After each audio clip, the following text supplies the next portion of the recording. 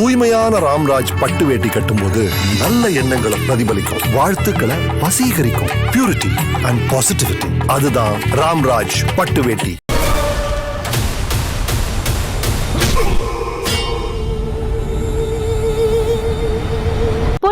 Matic liquid and detergent powder. Let your confidence glow. கலாட்டா voice நேயர்களுக்கு வணக்கம். நான் தங்கமணி.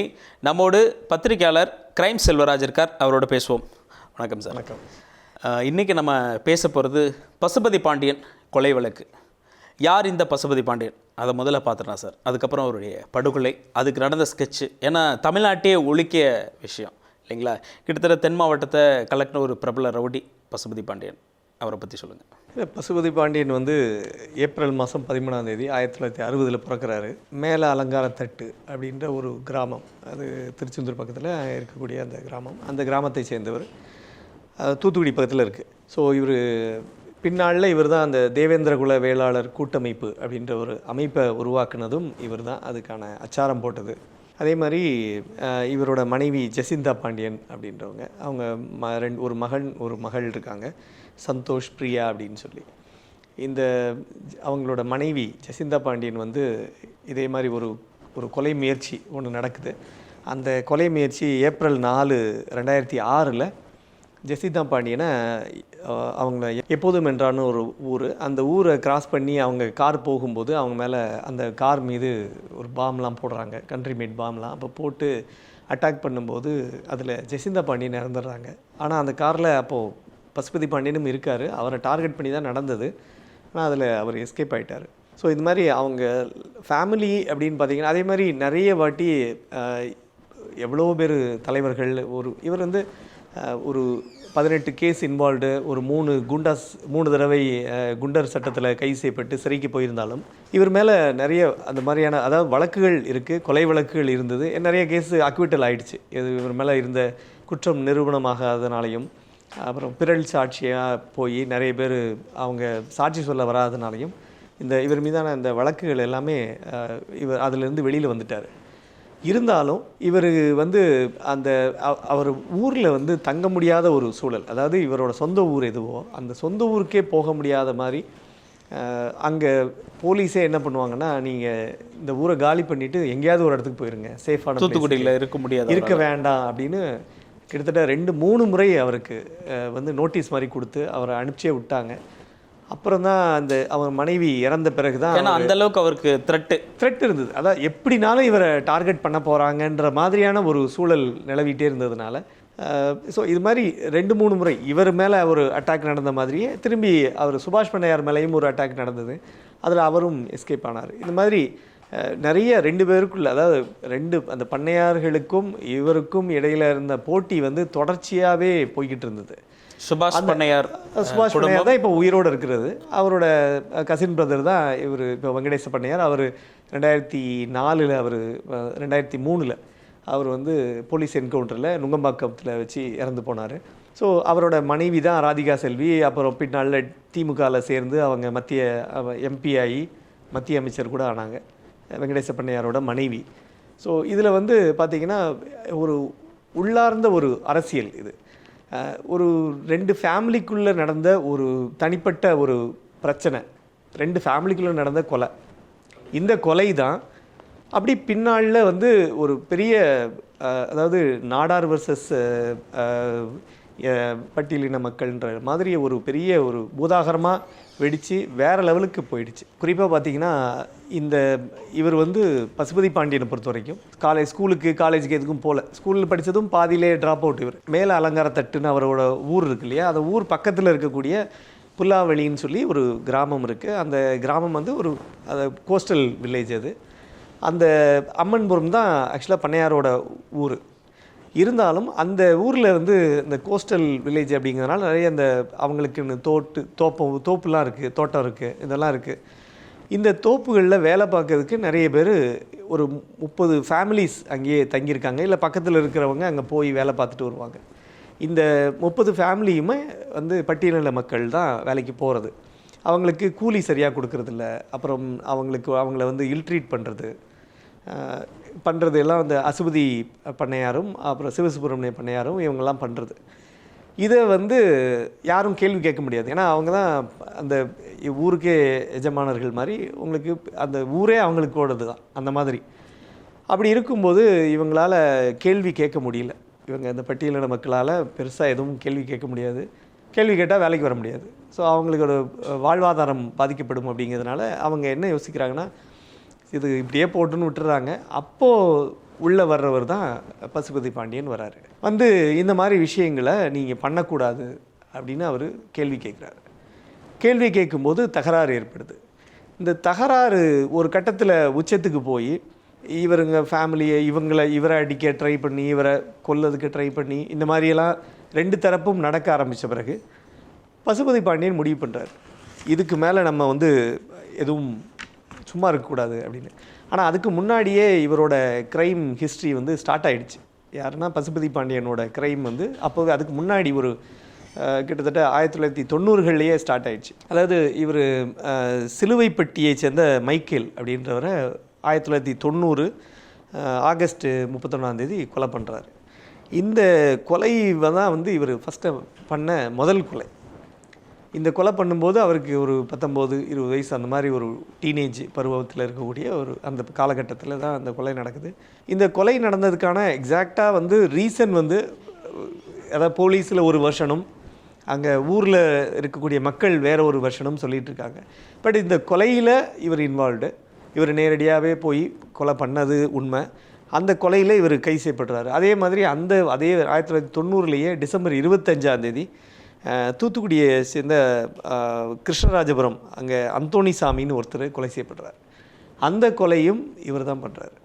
ஸோ ஒரே வருஷத்தில் கன்சிக்யூட்டிவாக 2 மர்டர் நடந்துருது. ரெண்டையுமே பசுபதி பாண்டியன் பண்ணுறாரு. இதுக்கப்புறம் அவர் திரும்பி 97 அது வந்து கொஞ்ச நாள் கழித்து ஒரு 7 வருஷம் கழித்து ஒரு தொழிற்சங்க தலைவர் ஒருத்தர் கொல்லப்படுறாரு. இந்த காலகட்டத்துக்கு இடையில தான் இவர் ஏற்கனவே இந்த பிரச்சனைக்கும் போகிறார். ஏற்கனவே இவர் 2 கொலை பண்ணினதுனால இவங்களுக்கு ஏரியாவில் இருக்க மக்களுக்கும் இந்த மாதிரி ரொம்ப தொல்லை பண்ணுறாங்க, பெண்களை ரொம்ப அவமானப்படுத்துகிறாங்க, அவங்கள அவதூறாக பேசுகிறாங்க, அவங்கள வந்து கஷ்டம் கொடுக்குறாங்கன்ற மாதிரி நிறைய அவங்களோட கஷ்டங்கள் எல்லாம் சொல்லிக்கிட்டே இருக்கும்போது பசுபதி பாண்டியன் என்ன முடிவு பண்ணுறாருன்னா, போய் அவங்க இடத்துக்கே போய் மிரட்டிட்டு வர்றாரு. பசுபதி பண்ணையாரையும் சிவசுப்பிரமணிய பண்ணையாரையும் 2 பேரையுமே மிரட்டிட்டு வர்றாரு. இதுக்கு மேலே நடந்தால் அவ்வளோதான், நான் சும்மா இருக்க மாட்டேன், ஏற்கனவே 2 வாட்டி கொலை பண்ணியாச்சு, ஜெயிலுக்கும் போயாச்சு, இதுக்கு மேலே நான் வந்து எத்தனை தடவை பண்ணாலும் கொலை தான், அதனால் நான் அதெல்லாம் பயப்பட போகிறதில்ல, அருவா நீங்கள் வீசினால் மட்டும்தான் ரத்தம் வரும், இல்லை நான் வீசினாலும் ரத்தம் வரும் அப்படின்னு ஒரு டயலாகெல்லாம் விட்டு அவர் பயங்கர சீனாக க்ரியேட் பண்ணி எல்லார் முன்னாடியும் நடந்தது. அது பசுபதி பண்ணையாருக்கும் சிவசுப்பிரமணிய பண்ணையாருக்கும் ரொம்ப பெரிய ஒரு அவங்கள வேறு மாதிரி எடுத்துக்க வச்சு ஈகோ பிரச்சனை மாதிரி கொண்டு போயிடுச்சு. இதை இப்படியே விடக்கூடாது அப்படின்னு பசுபதி பாண்டியனை டார்கெட் பண்ண ஆரம்பிக்கிறாங்க. பசுபதி பாண்டியனை டார்கெட் பண்ண ஆரம்பிக்கும் போது தான் இதுக்கு மேலே விட்டால், அதாவது யார் முந்திக்கிறதுன்ற மாதிரி ஒரு பிரச்சனை வந்துருச்சு. இப்போது அப்படியே இருந்திருந்தால் பசுபதி பாண்டியனை போட்டிருப்பாங்க. இது பசுபதி பாண்டியன் என்ன பிளான் பண்ணுறாருன்னா, அப்போ அவங்களுக்கு முந்தி நம்ம பண்ணிடணும்னு ஒரு பிளானை பண்ணி தான் அவர் என்ன பண்ணுறாரு, ஜனவரி 14 1993 பசுபதி பண்ணையாரை கொல்றாரு.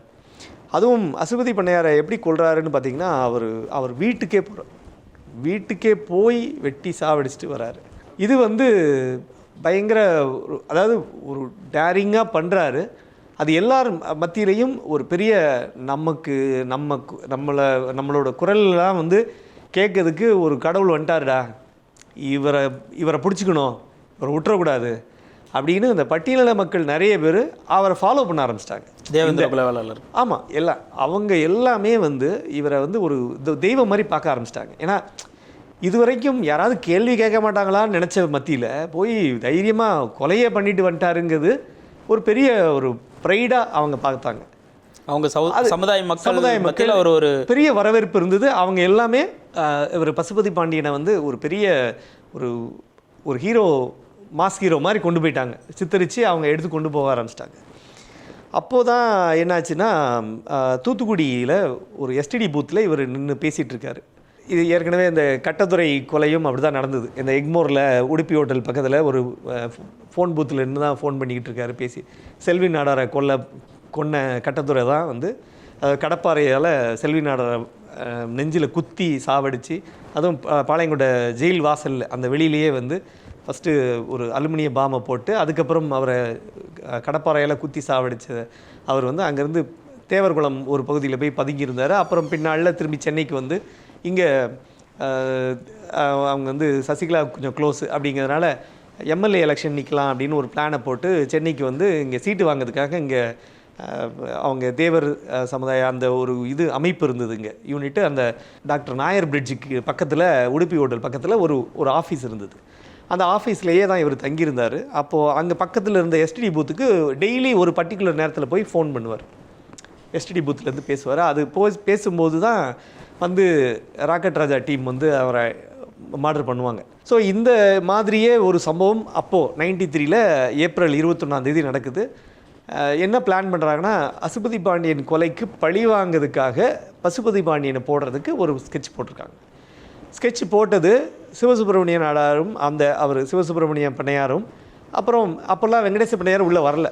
அதாவது இந்த கொலைகளுக்கு பிறகு தான் அவர் உள்ளே வராரு. சுபாஷ் பண்ணையார் கொஞ்சம் டாமினண்ட்டாக இருக்கார் அப்போ. ஸோ இவங்க ஸ்கெட்ச் போட்டு க்ளீனாக என்ன பண்ணுறாங்கன்னா, இவரை தூக்கிறதுக்கு ஒரு பிளானை போட்டுறாங்க. அந்த எஸ்டிடி பூத்தில் இருக்கும்போது அவங்க போய் அட்டாக் பண்ணுறாங்க. அட்டாக் பண்ணதில் பசுபதி பாண்டியன் எஸ்கேப் ஆகிட்டார். ஆனால் அவர் கூட இருந்த பொன் இசக்கின்னு சொல்லி அவரோட ஒரு அசோசியேட்டு, ரைட் ஹேண்ட் மாதிரி இருக்கக்கூடிய ஒரு நபர் வந்து இறந்து போகிறாரு.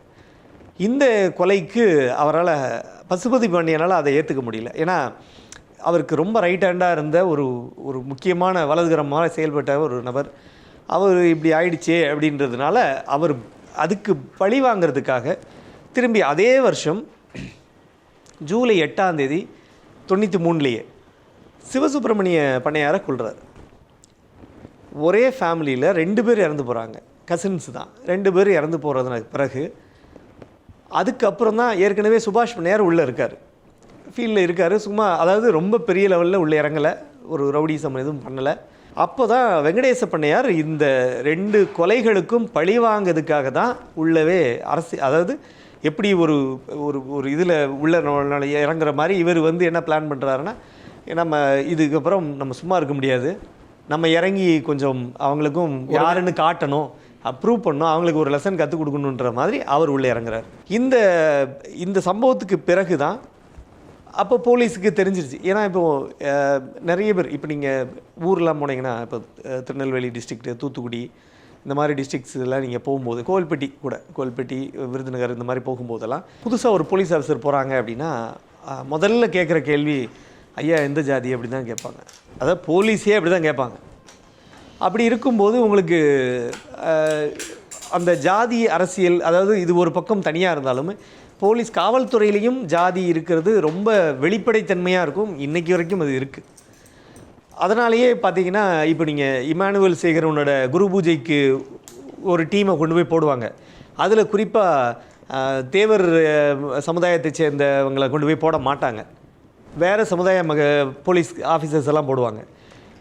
அதேமாதிரி தேவர் குரு பூஜை நடக்கும்போது பட்டியலின மக்கள் அந்த சமுதாயத்தை சேர்ந்த ஆஃபீஸர்ஸை போட மாட்டாங்க. போட்டால் அங்கேயே அவங்கள கீழ்த்தரமாக பேசி சில சம்பவங்கள்லாம் நடந்திருக்கு ஏற்கனவே. அதனால் இந்த மாதிரி நிறைய நடக்கும்போது எதுக்கு இந்த எக்ஸாம்பிள் சொல்கிறேன் அப்படின்னா, பசுபதி பாண்டியனுக்கு அவரையே அறியாமல் அவருக்கு ஒரு பெரிய ஃபேன் பேஸ் வந்து போலீஸ் துறையிலையும் இருந்ததுன்றது உண்மை. அப்போது அவங்க இங்கே இருந்தால் உன்னை போட்டுருவாங்க அப்படின்ற இன்ஃபர்மேஷன்லாம் பாஸ் பண்ணி தான் அவரை வெளியூருக்கெலாம் அனுப்பி விட்டுறது.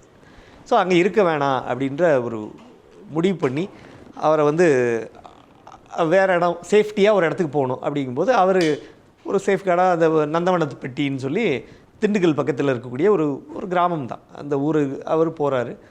அந்த தூத்துக்குடியிலேருந்து திண்டுக்கல் வர்றார், திண்டுக்கல் வந்துடுறாரு. சொந்த ஊர்லேருந்து கிளம்பி வந்துடுறாரு. சொந்த ஊரில் சேஃப்டி இல்லை அப்படின்னு இருக்கும்போது தான் இந்த சம்பவம் நடக்குது.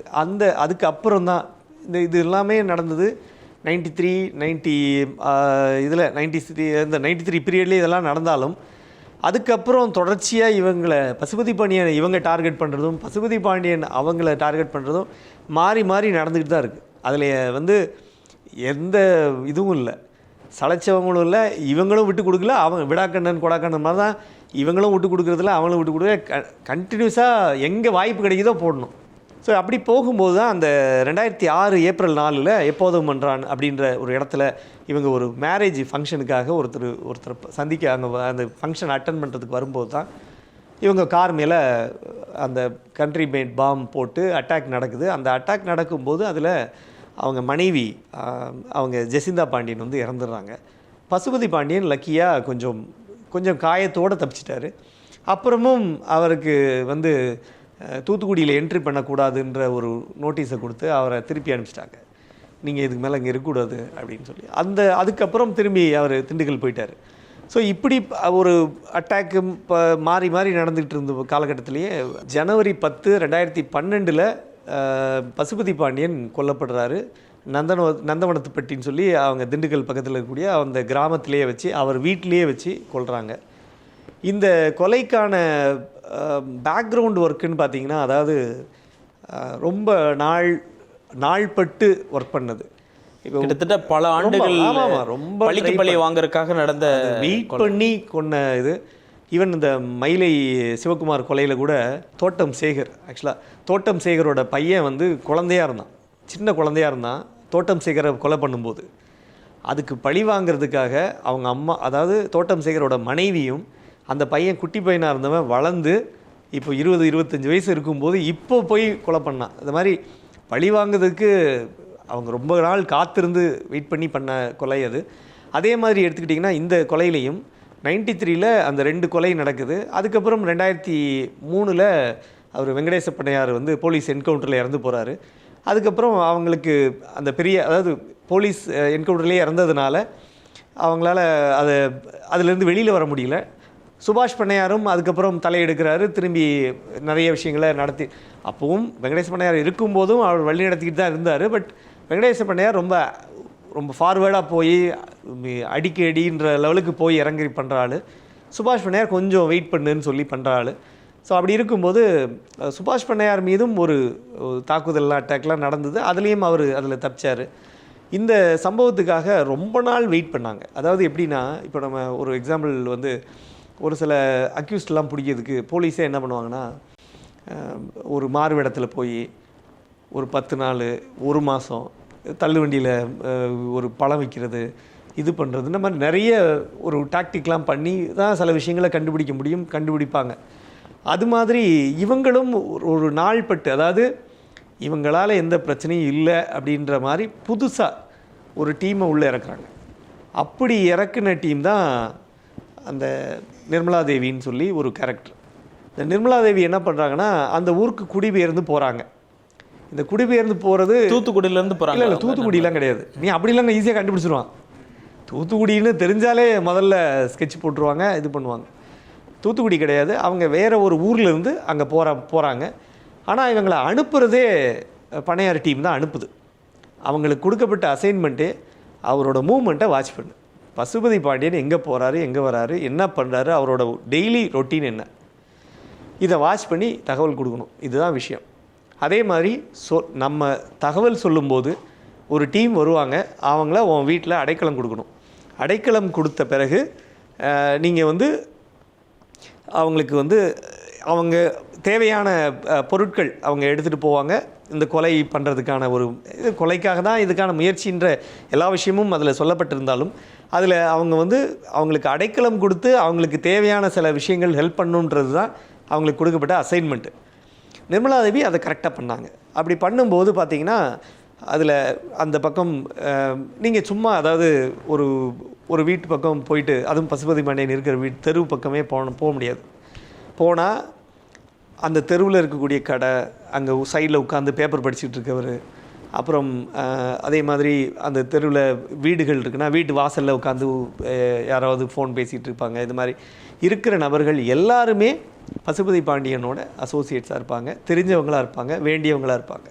அப்படி இருக்கிறதுனால யாரும் அந்த தெரு பக்கமே போக முடியாத ஒரு சூழல். இப்படி அந்த பக்கம் போனாலே உங்களை ஏன் வந்த, இனி ஏன் இப்படி திரும்பி பார்த்தேன்ற மாதிரி கேள்வி வந்துடும். ஸோ இதுக்காக இப்போ நீங்கள் ஊர்க்காரங்க அப்படின்னா அது ஒரு பெரிய சந்தேகம் வராது. புதுசாக ஒருத்தர் வந்தால் உடனே மாட்டிப்பாங்க.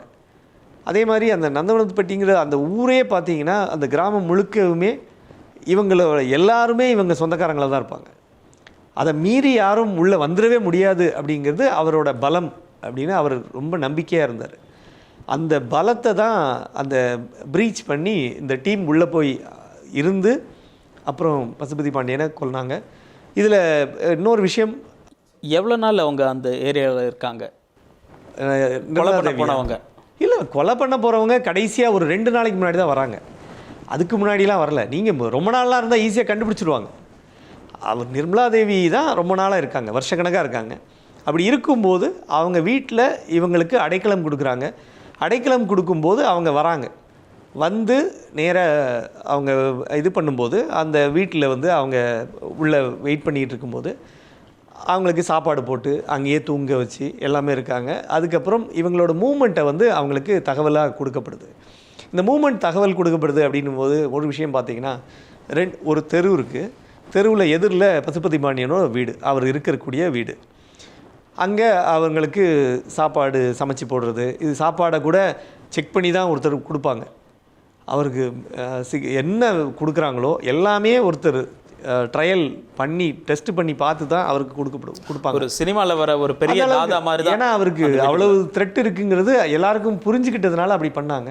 அந்த வீட்டிலே பசுபதி பாண்டியன் கூடயே நிறைய பேர் இருப்பாங்க, ஒரு 15-20 பேர் எப்பயும் இருப்பாங்க. அப்போது அவர் இருக்கும்போது அவரோட ரொட்டீன்னு பார்த்தீங்கன்னா, ஈவினிங் ஆனால் அப்படி எதிரில் அப்படி வாக்கிங் போவார். நடைப்பயிற்சி மாதிரி பயின்றதுக்கு ரோட்டில் போக மாட்டார். ஓகே, இந்த ரோடு, அதாவது இவர் வீடு இங்கே இருக்கிறாரு, ரோடுக்கு இவர் வீட்டுக்கு நேர வாசலில் ஒரு ரோடு 30-40 ஃபீட் ரோடு இருக்குது. அந்த சாலைக்கு எதிரில் இருக்கக்கூடிய இன்னொரு வீடு, அந்த வீடும் இவர் அங்கே வர்றவங்க எல்லாம் தங்குறது அந்த மாதிரி வச்சுருக்காரு.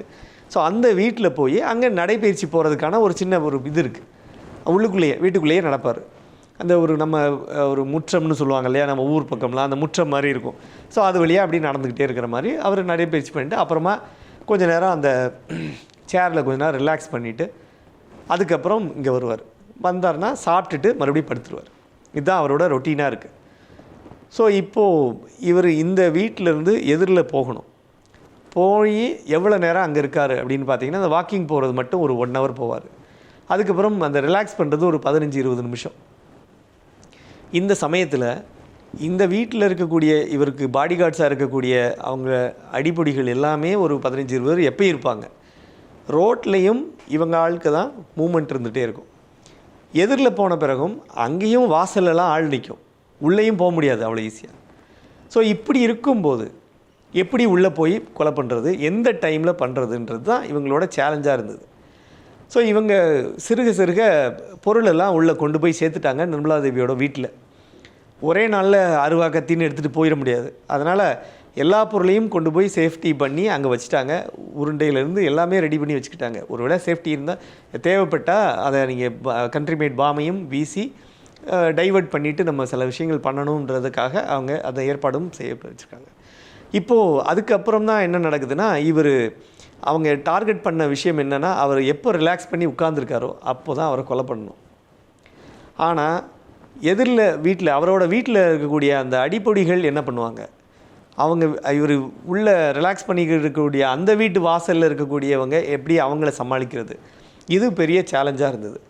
இதில் ஒரு விஷயம் இன்னும் புலன் ஆகாத ஒரு விஷயம் என்ன அப்படின்னு பார்த்தீங்கன்னா, ரொம்ப க்ளோஸாக இருந்த ஒரு சிலர் அவருக்கு அந்த டைமில் அவங்களோட ஃபேமிலி இஷ்யூஸு, அது மாதிரி சில மனைவியை ஹாஸ்பிட்டல் கூட்டு போகணும், இந்த மாதிரி சில கட்டாயம் நெருக்கடி இருக்க மாதிரியான ஒரு சூழல் இருந்ததுனால நிறைய அவருக்கு க்ளோஸ் அசோசியேட்ஸ் எல்லாம் ஒரு சிலர் போயிட்டாங்க. ஒருத்தர் திண்டுக்கலுக்கு அழைச்சிட்டு போயிட்டார். அப்புறம் அதே மாதிரி இன்னும் 2 பேர் வெளியில் போயிருக்காங்க. அப்புறம் இவருக்கு ரொம்ப க்ளோஸாக இருக்கக்கூடிய ஒருத்தர் சிகரெட் வாங்குறதுக்கு, இவர் எப்பயுமே அந்த பஞ்சு வச்சு சிகரெட் அடிக்கிறது, ரொம்ப விரும்பி சிகரெட் சாப்பிட்றது. அதனால் அவர் அதுக்காக அவர் அந்த பர்டிகுலர் பிராண்டை வாங்கிட்டு வர சொல்லி அவரை அனுப்பி வச்சிட்டார். இவர் அவங்கள அனுப்பிச்ச பிறகு வீட்டில் இருந்தது குறைவான நபர்கள் தான். அதாவது இவர் கூட இருந்த அடிப்பொடிகள்னு பார்த்தீங்கன்னா ஒரு 3-4 பேர் தான் இருக்காங்க, வேறு யாரும் இல்லை. அவங்களும் இந்த வீட்டில் இருக்காங்க, அந்த எதிர் வீட்டுக்கு வரல. அந்த வீட்டு வாசலில் வழக்கமாக நிற்பாங்க இல்லையா, அந்த கேங்கும் இல்லை அங்கே. இவங்க எல்லாமே இந்த வீட்டிலே இருக்காங்க. அப்போ தான் சைக்கிளில் இந்த அக்யூஸ்டு வராங்க. இதில் கொலைக்கான முக்கியமாக இருந்த ஆறுமுகசாமின்னு ஒருத்தனும் அருளானந்தம்னு ஒருத்தர், 2 பேருமே மூலக்கரைக்காரங்க. அதாவது மூலக்கரைன்றது பண்ணையாரோட சொந்த ஊர். அம்மன்புரம், மூலக்கரை எல்லாமே மூலக்கரை பண்ணையார் தான் சொல்லுவாங்க. ஸோ அம்மன்புரம் தான் அவரோட வீடு இருக்கிறது, அங்கே பக்கத்தில் இருக்கக்கூடிய மூலக்கரை ஏரியா. ஸோ இந்த ஏரியாவை சேர்ந்தவங்க தான் இந்த 2 பேரும். இவங்க சைக்கிளில் போகிறாங்க. சைக்கிளில் இந்த பொருளெல்லாம் வச்சுட்டு மெதுவாக போகிறாங்க. போய் அங்கே கரெக்டாக இவங்களோட டார்கெட் மற்றவங்கள டைவர்ட் பண்ணுறது தான் அந்த மற்றவங்களோட வேலை. ஏன்னா யாராவது வந்து இவங்க உள்ளே போகும்போது இவங்களை டார்கெட் பண்ணிடக்கூடாது அப்படிங்கிறதுக்காக அவங்க வெளியில் வெயிட் பண்ணிகிட்டு இருக்காங்க. சுற்றி ஏரியாவில், அதாவது அந்த வீட்டை பக்கத்துலேயே சுற்றி பார்த்துட்டு வெயிட் பண்ணுறாங்க. அப்போது நேராக இவங்க 2 பேரும் உள்ளே போகிறாங்க. உள்ளே போய் அவர் உட்கார்ந்த நிலையிலேயே அவரை வெட்டி சாவடிக்கிறாங்க. ஸோ இவர் சைக்கிளில் 2 பேரும் வந்து இறங்கி அந்த பொருளை எடுத்துகிட்டு உள்ளே போகிறாங்க. இவங்க உள்ளே நுழையிறது யாரும் நோட்டீஸ் பண்ணல. உள்ளே போன பிறகு அப்புறம் அவரை வெட்டி சாவடிக்கிறாங்க. அது வெட்டும்போது அவருக்கு உடலில் கழுத்து, மார்பு, தலை, இந்த மாதிரி அவர் எங்கெல்லாம் வைட்டல் பார்ட்ஸோ அங்கெல்லாம் வெட்டினா அவர் உயிர் இமீடியட்டாக இறந்து போவாங்க அப்படின்னு தெரிஞ்சு அந்த இடத்துல கரெக்டாக வெட்டி இவரை சாவடிக்கிறாங்க. அவர் அப்படியே உட்கார்ந்த நிலையிலேயே இறந்து கிடக்கிறாரு. அப்புறம் வெளியில் ஓடி வந்துடுறாங்க. வீட்டில் வந்து உள்ள சேரில் உட்காந்துருக்காரு. சேரில் உட்கார்ந்த மாதிரி அவர் ரிலாக்ஸ் பண்ணி உட்காந்துட்டு இருக்கும்போது தான் இந்த சம்பவம் நடக்குது. அதுக்கப்புறம் வெளியில் ஓடி வந்துடுறாங்க. வந்து சைக்கிளில் எஸ்கேப் ஆகும்போது ஊர்க்காரங்க, யாரடா சைக்கிள் என்ன புதுசாக இருக்கீங்க அப்படின்னு சத்தம் போடும்போது சைக்கிளை போட்டுட்டு எஸ்கேப் ஆகிடுறாங்க. ஒருத்தர் மட்டும் சைக்கிளை விட்டுறாரு. அப்புறம் சப்பல், ஸ்லிப்பர்ஸ்லாம் அங்கே கிடந்தது ஓடி போகும்போது விட்டு போனது. ஸோ இந்த தொடர்ச்சியாக நிறைய இந்த மாதிரி அவங்க 2 பேரும் சேஸ் பண்ணுறாங்க. பட் ஆனால் அதுக்குள்ளே இவங்க எஸ்கேப் ஆகிறதுக்கு அந்த இவங்களை ரிசீவ் பண்ணுற மாதிரி ஒரு டீம் வெளியில் வெயிட் பண்ணி அதோட அவுட்ஸ்கட்ஸில், இது வந்து நந்தவனத்துப்பட்டின்றது வந்து ஒரு திண்டுக்கல்லேருந்து ஒரு 8-10 கிலோமீட்டருக்குள்ளே இருக்கும். ஸோ இமீடியட்டாக அந்த வில்லேஜ்லேருந்து வெளியில் வந்ததுமே அந்த மெயின் ரோடை பிடிச்சி அங்கே இருந்த காரில் எஸ்கேப் ஆகிட்டாங்க. ஸோ இந்த சம்பவம் வந்து அதுக்கப்புறம் இவங்க ஓடி வராங்க. வந்து பார்த்தா இவர் இறந்து கிடக்கிறாரு, பசுபதி பாண்டியன். இவர் இறப்பு வந்து யாருமே ஒரு ஜீரணிக்க முடியாத ஒரு விஷயமா சொல்லப்பட்டு, அந்த அளவுக்கு இவங்க வந்து இவரோட இதை எதிர்பார்க்கலை. இப்படி ஒரு கொலை நடக்கும். அதான் நிறைய பேர் சொல்லுவாங்க. ஈவன் வெங்கடேச பண்ணையார் போலீஸ் என்கவுண்டரில் இறந்தபோது கூட நிறைய பேர் நானே கேள்விப்பட்டது, பரவாயில்ல போலீஸோட துப்பாக்கி குண்டுக்கு தான் இறந்தார், எதிராளியோட அருவா வெட்டில் இறந்து போகல அப்படின்ற ஒரு விஷயத்த பெருமையாக பேசிக்கிட்டாங்க. ஸோ அந்த மாதிரி இவர் கொலை செய்யப்பட்டது அப்படின்றது வந்து அவங்க எல்லாராலும் ஏற்றுக்க முடியாத ஒரு, குறிப்பாக அவங்க சமுதாய மக்கள் ரொம்ப அதை, ஏன்னா இவரை பொறுத்த வரைக்கும் எப்படின்னு பார்த்தீங்கன்னா, பசுபதி பாண்டியன் வந்து படிக்கலை அப்படின்னாலும் அந்த சமுதாய மக்கள் படிப்புக்கு நிறைய அதை பார்த்து நிறைய பண்ண ஆரம்பித்தார். குறிப்பாக தூத்துக்குடி, திருநெல்வேலி மாவட்டத்தில் நாடார் இனத்தை அந்த மக்களை பொறுத்த வரைக்கும் அவங்களுக்கு நிறைய இன்ஸ்டியூஷன்ஸ், எஜுகேஷ்னல் இன்ஸ்டியூஷன்ஸ் நிறைய இருக்குது. அவங்களுக்கு சொந்தமாக வச்சுருக்காங்க, நிறைய ட்ரஸ்ட்டில் நடத்துகிறாங்க, இந்த மாதிரிலாம். அதனால் இவர் என்ன பிளான் பண்ணார்னா, நம்ம சமுதாய மக்களுக்காகவும் இன்ஸ்டியூஷன்ஸ் இருக்கணும் அப்படின்றத ப்ரீச் பண்ண ஆரம்பித்தார். ஆனால் ஆரம்ப காலகட்டத்தில் இவர் வந்து அமைப்பை சேர்ந்தவங்களுக்கெல்லாம் கூட அந்த பீரியடில் அப்போது பார்த்திங்கன்னா, அவர் அங்கே தூத்துக்குடியில் இருந்த காலகட்டத்தில் அந்த அவங்களுக்கு தேவையான மண்ணெண்ணெய், டீசல், இந்த மாதிரி சில விஷயங்கள்லாம் சப்ளை பண்ணி, ஏன்னா தூத்துக்குடியிலேருந்து பக்கம், இவர் நடுக்கடல் வரைக்கும் கொண்டு போய் சில பொருட்களெல்லாம் கொடுத்து அவங்களுக்கு அனுப்பிச்சி விட்டுட்டு அப்புறம் ரிட்டர்ன் வந்துடுவாங்க. இந்த மாதிரி நிறைய பண்ண ஆரம்பித்தார். இவர் இந்த மாதிரி ஒரு சமுதாய பணிக்கு, அதாவது ஒரு 18 வழக்கில் சம்மந்தப்பட்டிருந்தாலும் தொடர்ச்சியாக அவர் நேரடியாக போய் கொலை சம்பவங்கள் இருந்தாலும், ஒரு நிறைய கொலையில் இவர் அக்விட்டல் ஆகிட்டு வெளியில் வந்து நிரபராதின்னு கோர்ட்டு விடுவித்திருந்தாலும், இவருக்கு அடுத்த கட்டமாக ஏதாவது ஒன்று நம்ம பண்ணணும் அப்படின்ற, அதாவது இந்த ரவுடின்ற ஒரு விஷயத்துலேருந்து வெளியில் வந்து சமுதாயத்துக்கு ஏதாவது செய்யணும் அப்படின்னு வரும்போது அவர் அரசியலில் சேரலாம் அப்படின்னு ஒரு பிளானை பண்ணுறாரு. ஸோ அரசியலுக்கு வரணும் அப்படின்னா அவர் பாட்டாளி மக்கள் கட்சி அவங்களுக்கு ஒரு வாய்ப்பு கொடுக்குறாங்க. ஸோ பாட்டாளி மக்கள் கட்சியில் ஜாயின் பண்ணுறாரு. அப்போது பேராசிரியர் தீரன் அதில் இருக்கார். அப்புறம் கொஞ்ச நாள் பட்டு, அதாவது அதில் வன்னியருக்கு ரொம்ப இம்பார்ட்டன்ஸ் இருக்குது, அருந்ததியினர் மக்கள் இல்லை தலித் மக்களுக்கு ரொம்ப இம்பார்ட்டன்ஸ் இல்லை அப்படின்ற ஒரு காலகட்டம், அந்த மாதிரி ரொம்ப நசுக்கப்படுறாங்கன்ற மாதிரியான ஒரு விஷயங்கள் வரும்போது பேராசிரியர் தீரன்லாம் வெளியில் வந்துடுறாங்க. வெளியில் வந்து அவர் தனியாக ஒரு தமிழ் பாமகன்னு சொல்லி அவர் ஒரு புதிய ஒரு அரசியல் கட்சியை ஒன்று தொடங்குறாரு. அதுக்கப்புறம் இவரே ஒரு தமிழர் அரசுன்னு ஒரு பொலிட்டிக்கல் பார்ட்டியை ஒன்று ஃப்ளோட் பண்ணுறாரு. ஸோ இந்த பொலிட்டிக்கல் பார்ட்டிக்கு இவர் தான் ஃபவுண்டர் பிரசிடெண்ட் அப்போது. ஸோ இது மாதிரி பண்ண ஆரம்பிக்கும் போது தான் இவர் அந்த தேவேந்திரகுல வேளாளர் கூட்டமைப்புன்னு ஒன்று, ஏன்னா அந்த டைமில் பார்த்திங்கன்னா ஒரு 150 அமைப்புகள் எல்லாருமே இந்த பட்டியலின மக்களை டார்கெட் பண்ணி அவங்க சமுதாய ஓட்டு கிடைக்கணும் அப்படிங்கிறதுக்காக அந்த கொடியன்குளம் சம்பவம்லாம் அந்த சமயத்தில் தான் நடந்தது. ஸோ அப்படி இருக்கும்போது ரொம்ப வந்து நசுக்கப்படுறாங்க அவங்களுக்கு, அவங்க விடுதலைக்காக. ஸோ அவங்களோட விடுதலைக்காகவும் அவங்கள வந்து ரொம்ப போலீஸ் டார்ச்சர் பண்ணக்கூடாது அப்படிங்கிறதுக்காகவும் நிறைய விஷயங்களை முன்னெடுத்து பண்ணும்போது இவர் அந்த அந்த பச்சை சிகப்புன்னு ஒரு கொடி அறிமுகப்படுத்தி, இந்த கொடி எல்லாரும் யாரெல்லாம் நீங்கள் உங்களுக்கு பிடிச்சிருக்கோ பிடிக்கலையோ நீங்கள் கொடியை பார்த்தோன்னே எல்லாம் விலகி போயிடுவாங்க அப்படின்னு ஒரு விஷயத்தை உள்ளே கொண்டு வர்றாரு. அப்படி கொண்டு வந்து அந்த தமிழர் அரசுன்னு ஒன்று ஆரம்பிக்கிறாரு. அதே மாதிரி அதில் அப்படி ஆரம்பிக்கும் போது தான் பார்த்திங்கன்னா முருகவேல் ராஜன் ஒருத்தர் பாட்டாளி மக்கள் கட்சியில் அவரை அங்கேருந்து வெளியில் அனுப்பிச்சிட்டாங்க. அவர் வெளியில் அனுப்பிச்ச பிறகு தான் அவரை இங்கே அழைச்சிட்டு வந்து புதுசாக ஒரு இந்த கட்சி ஆரம்பிக்கிறாரு. இவர் தூத்துக்குடியிலே இருந்திருந்தால் நிறைய பேர்கிட்ட நான் பேசும்போது சொன்ன தகவல்கள், இவர் கண்டிப்பாக ஒரு கல்லூரியும் ஒரு அவங்க சமுதாய மக்களுக்கு எஸ்பெஷலி அவங்க பட்டியலின மக்கள் படிக்கிறதுக்காக இலவசமாக படிக்கிறதுக்காக ஸ்கூல் காலேஜ் ஆரம்பிக்கிறதுக்கு ஒரு பிளான் வச்சுருந்துருக்கார். ஆனால் அவங்க தங்க விடாமல் அவரை திண்டுக்கல் பக்கம் துரத்தி விட்டதுனால அவரால் நிறைய தூத்துக்குடி மக்களுக்கு செய்ய முடியாத ஒரு சூழல் ஏற்பட்டுச்சு அந்த காலகட்டத்தில். அதே மாதிரி இவர் 2011 அதாவது அதிமுக ஆட்சிக்கு வந்த அந்த பீரியடில் திமுக ஆட்சி முடிஞ்சு அதிமுக ஆட்சிக்கு வந்த காலகட்டத்தில் இவர் திருநெல்வேலி சட்டசபை தொகுதியில் தேவேந்திரகுல வேளாளர் கூட்டமைப்பு சார்பில் போட்டி போடுறார். அதாவது இந்த கூட்டமைப்புன்றது என்ன அப்படின்னா, நிறைய பட்டியலின மக்களுக்காக போராடக்கூடிய அமைப்புகள் இருக்குது. அவங்க எல்லாருமே ஒரு ஜாதி ரீதியான ஒரு கட்சின்ற ஐடென்டிட்டிலேயே தொடர்ந்து செயல்பட்டு வந்தாங்க. இவங்களெல்லாம் ஒருங்கிணைச்சு நீங்கள் தனித்தனியாக நிற்காதீங்கடா ஒன்றா வாங்கன்னு சொல்லி சேர்த்து வச்சு ஆரம்பிக்கப்பட்டது தான் அந்த தேவேந்திரகுல வேளாளர் கூட்டமைப்பு. அந்த கூட்டமைப்பு சார்பில் இவரே போட்டி போட்டார். ஆனால் அந்த டைமில் 4000 ஓட்டுகள் தான் வாங்குறாரு சட்டசபை தொகுதியில்.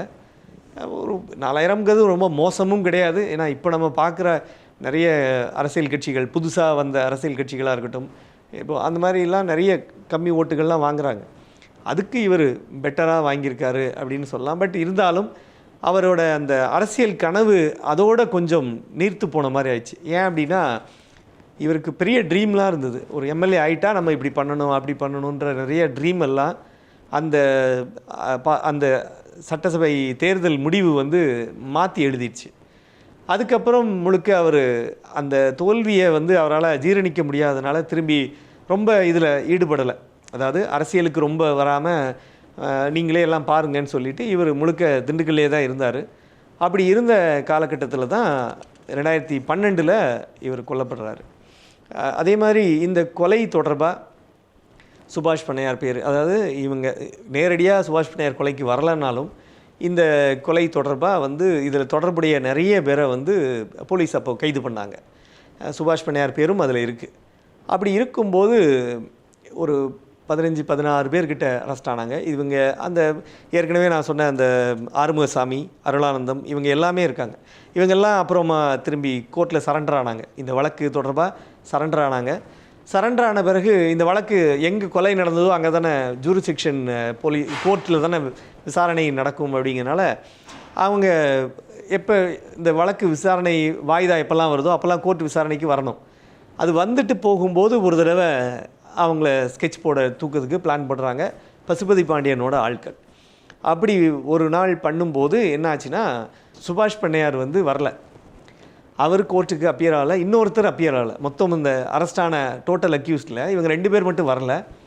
மற்றவங்கெல்லாம் ஒரு இதில் வராங்க, போலீஸ் வண்டியில் தான் வந்துட்டு திரும்பி. ஏன்னா போலீஸ் எஸ்கார்டு பயங்கரமாக போட்டு வச்சுருப்பாங்க. எப்படி தான் பண்ணாலும் உங்களுக்கு இவங்களை தூக்குறதுக்கு ஒரு பிளான் போட்டு இவங்க ஸ்கெட்ச் பண்ணுறாங்க. ஏற்கனவே நான் சொல்லியிருக்கேன், பசுபதி பாண்டியனுக்குன்னு அனுதாபிகளாக இருக்கட்டும், அவங்களுக்கு ஃபேவரட்டிசம் பண்ணக்கூடிய ஒரு சில போலீஸ் ஆஃபீஸர்ஸும் இருக்காங்க. அப்படிங்கிறதுனால அவங்க இவங்களோட மூவ்மெண்ட் எல்லாம் கரெக்டாக அவங்களுக்கு லீக் பண்ணிகிட்டே இருக்காங்க. அந்த போலீஸ் ஆஃபீஸர்ஸ் இவங்களுக்கு அந்த மாதிரியான லீக் பண்ணும்போது ஆட்டோமேட்டிக்காக அந்த டீம் என்ன பிளான் பண்ணுதுன்னா, அந்த திண்டுக்கல்லேருந்து கோர்ட்லேருந்து வெளியில் வந்து அது டுவர்ட்ஸ் திருச்சி போகிற ரோடு, மதுரை போகிற ரோடு அது பிரியும். அந்த கூட்டு ரோடு பக்கத்தில் வெயிட் பண்ணிகிட்ருக்காங்க. அங்கே வரும்போது இவங்களை டார்கெட் பண்ணோம் அப்படின்னு. அப்போது ஒரு ஒரு ஒரு பிளாக் கலர் ஒரு வண்டி, நார்மலாக இவர் சுபாஷ் பண்ணையார் தான் பிளாக் கலர் அந்த வண்டியில் வருவார். அந்த சஃபாரி கார் மாதிரி ஒரு பிளாக் கலர் கார் ஒன்று. இந்த காரு வர்றதை பார்த்துட்டு இவங்க என்ன சஸ்பெக்ட் பண்ணுறாங்கன்னா, ஓகே இவர் வராருன்னு நினச்சி அட்டாக் பண்ண ஆரம்பிக்கிறாங்க. ஆனால் அதில் காரில் அவர் இல்லை. அந்த காரும் அந்த குண்டு வீச்சிலேருந்து தப்பிச்சிடுச்சு. காரு போயிடுச்சு, எஸ்கேப் ஆகி மதுரை ரோட்டில் பிடிச்சி அவங்க போயிட்டாங்க. ஆனால் அப்புறம் போலீஸ் என்ன பண்ணுறாங்கன்னா, ஏற்கனவே அவங்களுக்கு எஸ்கார்டு முன்னாடி பின்னாடி எஸ்கார்டு போட்டு அவங்க உள்ளேயும், ஏன்னா ஒட்டு மொத்தமாக பசுபதி பாண்டியன் கொலையில் தொடர்புடைய எல்லாரும் அதில் இருக்காங்க. அப்படி இருக்கும்போது ஒட்டு மொத்தமாக எல்லாரையும் காலி பண்ணிடலான்னு ஒரு பிளான் போடுறாங்க இவங்க. ஸோ அதுக்காக ஒரு டிராக்டர்லாம் போட்டு வெயிட் பண்ணி கரெக்டாக அவங்க வரும்போது கிராஸ் பண்ணி அந்த வண்டியை பிளாக் பண்ணி அவங்கள அட்டாக் பண்ணுன்ற ஒரு பிளானை போட்டு வைக்கிறாங்க. 2 லாரியும் வெயிட் பண்ணிகிட்டு இருக்கு இதுக்காக. வந்தால் இதுலேருந்து எஸ்கேப் ஆனால் லாரியை அடித்து தூக்கணும், அதாவது வண்டியை மொத்தமாக தூக்கிடுவோம் அப்படின்ற ஒரு பிளானை போட்டு அவங்க வெயிட் பண்ணிகிட்டு இருக்கும்போது தான் அந்த பிளாக் கலர் ஸ்கார்பியோ காரு வந்து அவங்க கொஞ்சம் டிஸ்ட்ராக்ட் பண்ணதுனால இவங்க என்ன நினச்சிட்டாங்கன்னா, இவங்களை விட மெயினான சுபாஷ் பண்ணையாரை தூக்குவோன்னு சொல்லி இவங்க ஃபாலோ பண்ண போகும்போது ஆட்டோமேட்டிக்காக இங்கே டிஸ்ட்ராக்ஷன் ஆகி இவங்களும் அந்த ஆக்சுவலாக பாம்பு போட்டு இவங்க போலீஸ் வண்டி மேலே படலை, கொஞ்சம் தள்ளி விழுது. அந்த போலீஸ் வண்டி பக்கத்தில் விழுந்த பிறகு போலீஸ் டீம் அவங்க எல்லாம் ஆர்ம்டு போலீஸ் எல்லாமே ரவுண்ட் அப் பண்ணி அவங்கள பிளாக் பண்ணிவிட்டு அவங்கள சேஃப்கார்ட் பண்ணி அழைச்சிட்டு போயிட்டாங்க. ஸோ அந்த இதிலேருந்து அவங்களும் தப்பிச்சிட்டாங்க. இந்த சம்பவத்துக்கு அப்புறம் பார்த்திங்கன்னா வரிசையாக இந்த கொலைக்கு தொடர்புடைய, அதாவது பசுபதி பாண்டியன் கொலைக்கு தொடர்புடைய ஒவ்வொருத்தராக கொல்லப்படுறாங்க. அதில் குறிப்பாக பார்த்திங்கன்னா அந்த நிர்மலா தேவி கொலை வந்து 2021 செப்டம்பர் 22 நடக்குது. கொலைகாரர்களுக்கு அடைக்கலம் கொடுத்த நிர்மலா தேவி இவங்க சேஃப்டியாக தான் இருக்காங்க.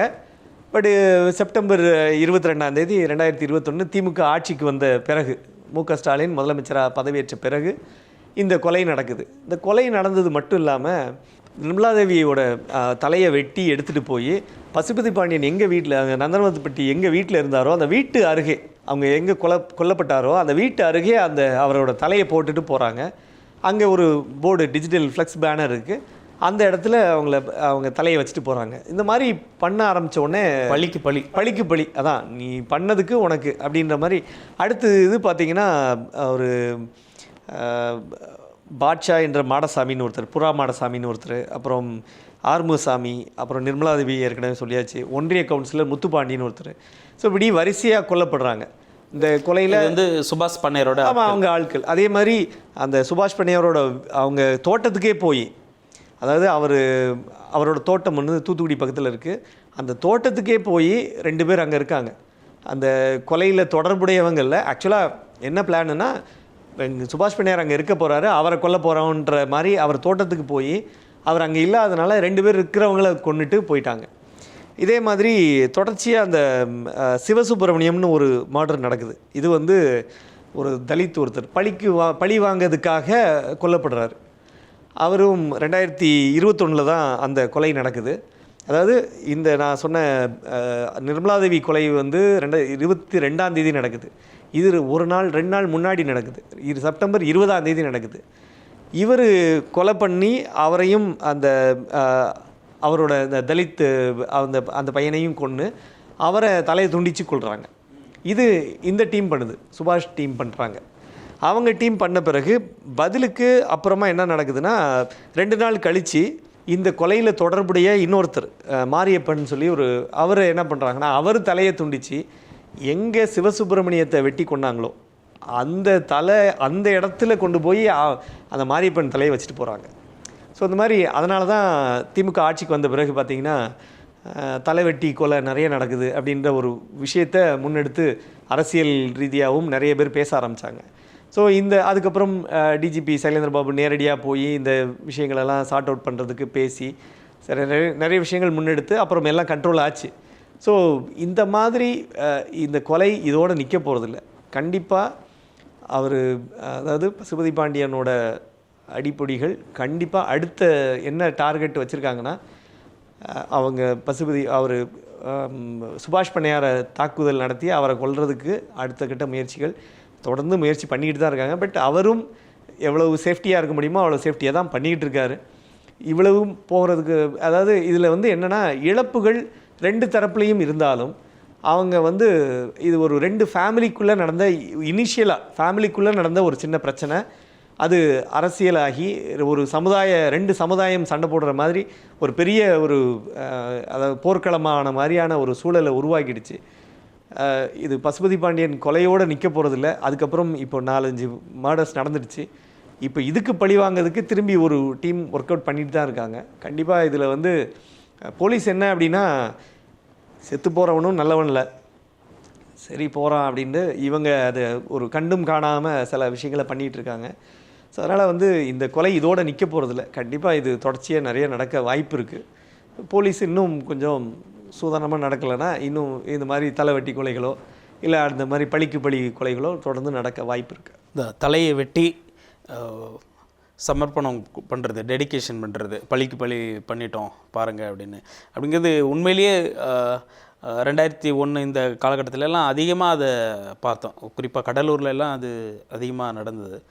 பழிக்கு பழி தலையை வெட்டி இவங்க வைக்கிறது, அது இதுக்கு அந்த கொலைக்கு எதிராக அவங்க வந்து தலையை வெட்டி வைக்கிறது, இதெல்லாம் அதிகமானது.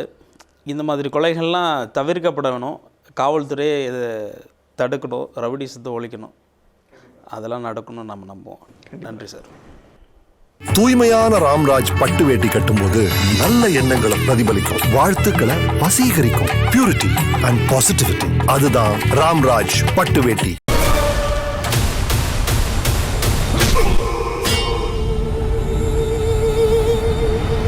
பொன்வண்டு Matic Liquid and Detergent Powder. Let your confidence glow.